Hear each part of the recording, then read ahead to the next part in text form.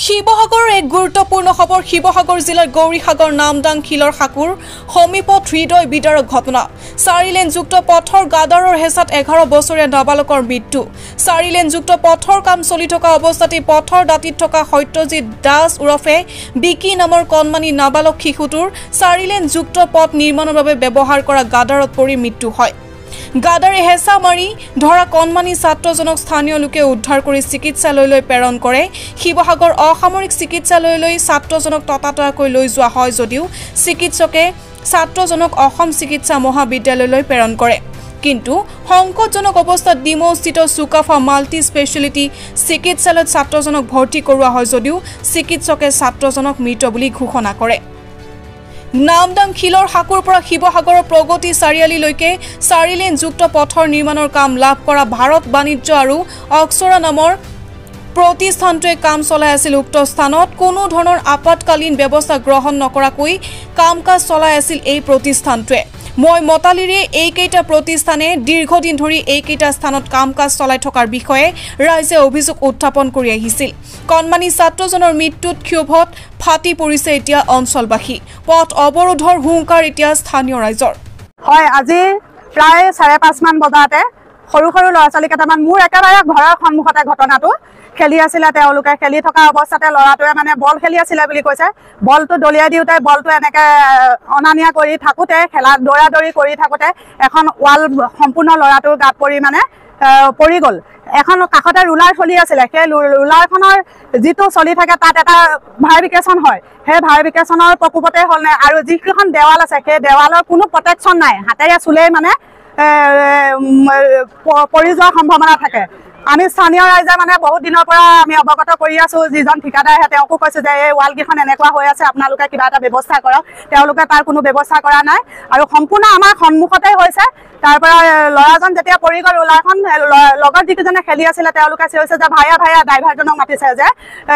ৱালখন পৰি গ'ল তেতিয়া ল'ৰাজন দৌৰি আহি মানে ড্ৰাইভাৰজন দৌৰি আহি ল'ৰাটো দাঙিব বিচাৰিছে নোৱাৰে ৱালখন তেওঁ ডাঙৰ মানুহজনে দাঙিব পৰা নাই ক'ত সৰুজনে দাঙিব স্থানীয় লোকক মাতিছে আহকচোন আপোনালোক তেনেকৈ বুলি কোৱাৰ লগে লগে ওচৰৰ ৰাইজ আমি দৌৰি আহি আমি ল'ৰাটো তৎক্ষণাত মানে দাঙি হাতে লৈ ইয়াতে সম্পূৰ্ণ ল'ৰাটো চেঞ্চ নাইকিয়া হৈ গৈছে ভৰি এখনৰ আঙুলি এটা ছিগি যোৱাৰ দৰে হৈ গ'ল আৰু ভৰি মানে কোনো কামেই নাই তৎক্ষণাত আমি দাঙি ঘৰলৈ লৈ গ'লোঁ লৈ গৈ 108লৈ ফোন কৰিছোঁ 108 নাই নথকা সময়ত আমি কি কৰিলোঁ ওচৰৰ গাড়ীকে কণ্টেক্ট কৰি আমি জয়সাগৰ অসামৰিক চিকিৎসালয়লৈ লৈ গ'লোঁ আৰু তাৰ লৈ যোৱা হ'ল তাত তেওঁ মানে কি নহ'ব বুলি ক'লে ডিব্ৰুগড় অসামৰিক চিকিৎসালয়লৈ প্ৰেৰণ কৰিলে বুলি ক'লে আৰু তাত আমি ডিব্ৰুগড়লৈ নিয়াতে তেওঁ ইমাৰ্জেঞ্চি হলত মানে চুকাফাত এডমিট কৰিছে আৰু এডমিট কৰাৰ প্ৰায় 15 মিনিটমানৰ ICUলৈ সোমোৱাৰ সন্মুখতে মানে ল'ৰাজনৰ মৃত্যু হৈছে বুলি আমি গম পাইছোঁ এই ঘটনাটো সম্পূৰ্ণ আমাৰ ঘৰৰ সন্মুখতে কেইটামান ল'ৰা-ছোৱালীয়ে খেলি আছিলে খেলি থকাৰ সময়তে তেওঁলোকে দৌৰা-দৌৰি কৰি খেলি আছিলে আৰু এখন ৰুলাৰ চলি আছিলে সেই ৰুলাৰখনৰ প্ৰকোপতে পৰিলে নে তাৰ যিখন দেৱাল আছিলে তাৰ কোনো প্ৰটেকশ্যন নাই সেই ল'ৰাজনৰ খেলি থকা অৱস্থাতে ল'ৰাজনৰ গাত সম্পূৰ্ণ পৰি গ'ল আৰু পৰি যোৱাৰ লগে লগে ওচৰ যিকেইটা লগৰ ল'ৰাই খেলি আছিলে সিহঁতি চিঞৰিছে যে ৱালখন পৰি গ'ল আহি স্থানীয় লোকে আৰু এজন ড্ৰাইভাৰ আছিলে ৰুলাৰখনৰ যিজনে চলাই আছিলে তেওঁ আহি স্থানীয় লোকক চিঞৰিছে যে আহক আপোনালোক যে ল'ৰা এটা সোমাই ধৰিলে তেওঁ অকলে নোৱাৰাৰ পিছত স্থানীয় লোকক মানে ক'লে কৈ তেওঁলোকৰ আমি স্থানীয় লোকে এই ল'ৰাটো উলিয়াই তেওঁলোকৰ ঘৰলৈ লৈ গৈছোঁ সম্পূৰ্ণ ল'ৰাটো ইয়াতে মানে উশাহ বন্ধ হৈ গৈছে বুলি কৈছে আৰু ভৰি এখনৰ সম্পূৰ্ণ অৱস্থা বেয়া ঘৰলৈ লৈ গ'লোঁ ঘৰলৈ লৈ যোৱাৰ পিছত 108লৈ ফোন কৰিছোঁ 108 নাই অহা আমি স্থানীয় লোকে মানে ওচৰৰ গাড়ী এখনকে কণ্টেক্ট কৰি জয়সাগৰ অসামৰিক চিকিৎসালয়লৈ লৈ গ'লোঁ আৰু তাত ক'লে যে আমাৰ ইয়াত নহ'ব আৰু স্থানীয় আমাৰ ওচৰৰ ল'ৰা গৈছে তেওঁলোকলৈ আমি ফোনাফোনি কৰি আছোঁ ক'লে যে ডিব্ৰুগড়লৈ প্ৰেৰণ কৰিছে সেই ডিব্ৰুগড়লৈ লৈ যাওঁতে তৎকালীনভাৱে মানে তেওঁ অৱস্থা বেয়া দেখি চুকাফাত ভৰাই এডমিট কৰিলে তাত মানে এতিয়া গম পাইছোঁ আমি 15 মিনিটমানৰ পিছতে ল'ৰাজনৰ মৃত্যু হৈছে সম্পূৰ্ণ এইটো 4 লাইনৰ গাফিলতিৰ কাৰণে হৈছে যিখনৰ দেৱাল মানে যিটো প্ৰটেকশ্যন দি ৱালকেইখন ৰাখিব লাগিছিলে তেওঁলোকে ৰখা নাই মানে